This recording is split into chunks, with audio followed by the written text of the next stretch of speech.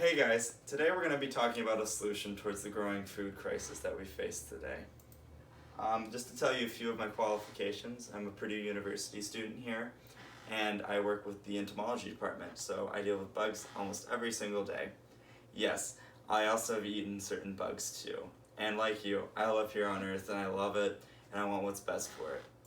So, right now we face a current food crisis because there's about 8 billion people on this earth, but 12.9%, almost 13% of the world, that's 795 million people to be exact actually, face undernourishment or starvation. And a third of our food that we use today in our houses, or that we might be eating currently, is going to go to waste. Now, in the future, by 2050 roughly, we'll have 2 billion more people to feed. Demand for current goods such as meats, poultry, all sorts of produce that we don't have enough of right now, that 12.9% is just going to increase exponentially until we have a solution towards that. So my solution towards the idea is actually an old one that was introduced a long time ago. It's called entomophagy, which is humans eating insects. But I want to take an indirect approach to this.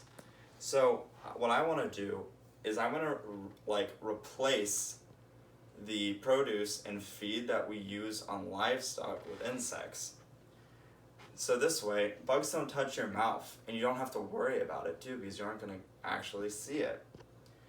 This is also going to bring large amounts of awareness too towards what food waste is to us. So my 3-step plan. Step 1, we have to translate all the produce we already use on feed for livestock and such, and then that comes into step 2, where we reclaim 50% of the crops that we use for feed and bring that back to ourselves, which brings me to step 3, which is where we take all that produce and we put it right back on the shelves, feeding hundreds upon millions of people because we've reclaimed what we already had. Let me throw some facts for you real quick. Insects take less time to grow than any livestock that we have today. Insects can only take a couple weeks to reach full maturity and size, and they contain more protein than what certain cattle have in that portion of size. For instance, cows and pigs, they take up possibly months to years to produce, where only weeks we have tons, hundreds of thousands of insects that we could use towards other things. Also, the FDA already approves of certain amounts of insects in our food that we eat today. So what I have here is what insects are already in our foods today in cultural standards. On my top row here, I have what is common in Asian markets or Middle Eastern markets, of where they have skewered insects or insects on display for children to eat as really high quality foods that they like to eat. And now I have a few indirect approaches of what insects mean in our culture too. For instance, honey. It's a large necessity because we use it in teas, we use it in sugars, we use it on certain things like ribs we cook. And then another indirect one I have is Pokemon. Pokemon are crazy for bringing awareness to what insects are in our culture.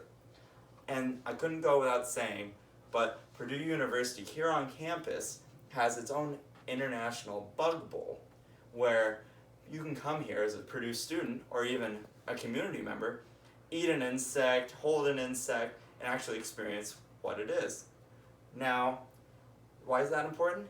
Because this is applying to us, and it brings a bigger feel to what it is to eat insects and that sort of. So, what do we gain from an initiative like this? Well, first off, we're going to have more solutions towards issues that we're going to face in the future. We're going to have an economy boost. We're going to create jobs if we do this. We're going to have less waste because of our awareness, And we're gonna have more food for us, so there's gonna be less starving kids and people all around the world because we come to this. And finally, I want our call to action to be that we take a moment from our day every single day and look at the waste that we have and say, what can I do next time to stop from wasting this much so that we can make the world a better place? And finally, I just want to thank you for everything you've done for me today, and thank you for listening. Goodbye. Stay safe.